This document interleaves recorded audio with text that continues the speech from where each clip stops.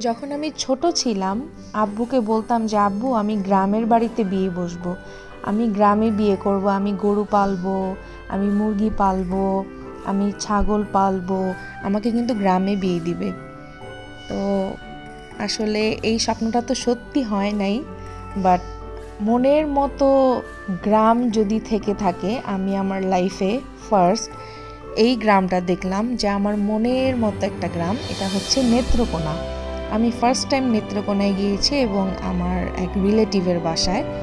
তো এটা হচ্ছে মাটির ঘর, আমরা এই ঘরটাতেই থাকছি এবং আমাদের জন্য কি সুন্দর করে মজার মজার খাবার রান্না করছে। দেখেন এগুলো কিন্তু সব লাকড়ির চুলায় করছে, মাটির চুলায়।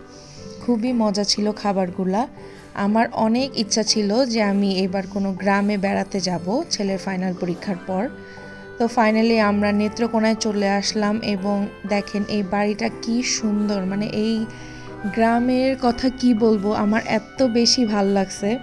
ছোটোবেলায় যখন আর্ট করতাম, যখন গ্রামের দৃশ্য আঁকতাম, তখন এভাবে চিন্তা করতাম যে এখানে গোয়াল ঘর থাকবে, এখানে গরুর খাবার, ঘর আঁকতাম, গাছ আঁকতাম, তাল গাছ আঁকতাম।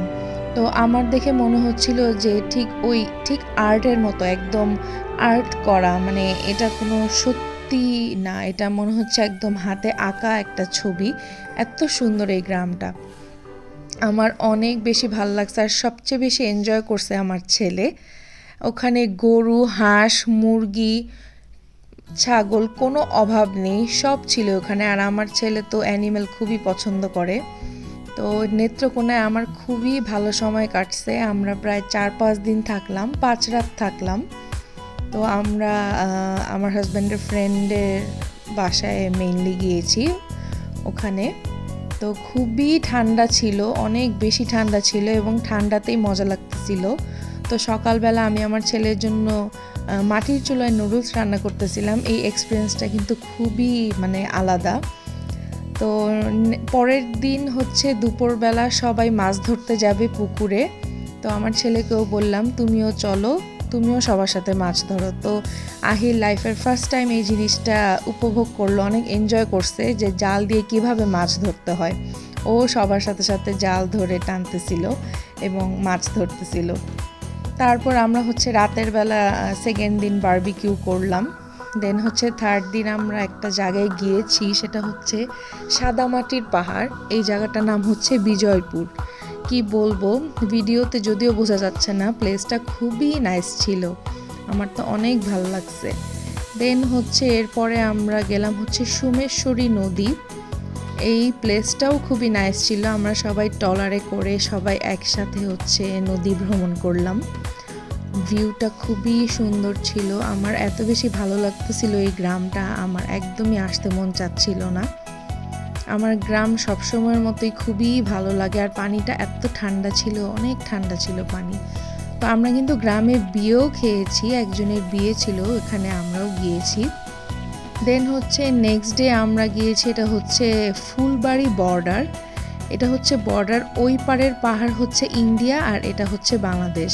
এই জায়গাটা হচ্ছে বাংলাদেশের একদম শেষ মাথা, মানে বাংলাদেশের সীমান্ত এটা, এরপরেই হচ্ছে ইন্ডিয়া।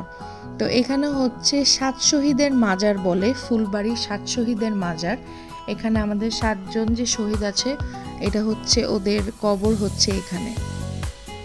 তো ঘোরাফেরার পরে নেক্সট ডে সকালে হচ্ছে এটা হচ্ছে খেজুরের রস।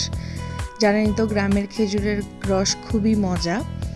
তো আমার তো খুবই ভালো লাগছে। আর সবচেয়ে বড় কথা হচ্ছে যে আমার ছেলে খুব এনজয় করছে, ওখানে ওর অনেকগুলো ফ্রেন্ড হয়েছে, ওদের সাথে খেলছে।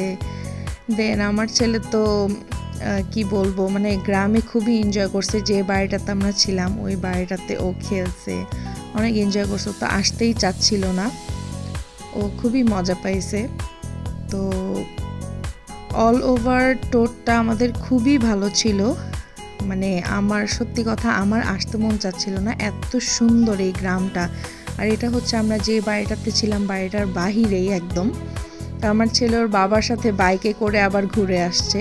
প্লেসটা কিন্তু খুবই সুন্দর। এখানে দেখেন এখানে হচ্ছে আমরা যেদিন চলে যাব সেদিন সকালবেলা দেখি যে ধান শুকাচ্ছে রোদের মধ্যে গ্রামের মহিলারা। দেন আমি আবার একটু আমার হাজব্যান্ডের সাথে বাইক দিয়ে পুরো গ্রামটা ঘুরলাম, যেহেতু চলে যাব আমার মনটা একটু খারাপ ছিল।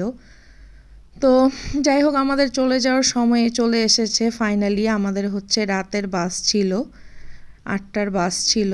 তো দেখেন ভিউটা কি সুন্দর, একটা চাঁদ উঠছে, আমি আবার একটু ভিডিও করলাম। তো এই ছিল আমাদের ট্যুর। আমার মনটা খুবই খারাপ লাগতেছিল, একদমই যেতে মন চাচ্ছিল না। তো সবাই ভালো থাকবেন এবং আমার ব্লগটাকে যদি ভালো লাগে তাহলে আমার চ্যানেলটাকে অবশ্যই সাবস্ক্রাইব করবেন। আমার বেস্ট ট্যুর ছিল এটা এবং জায়গাটা খুবই নাইস ছিল। Thank you for watching everyone, ভালো থাকবেন।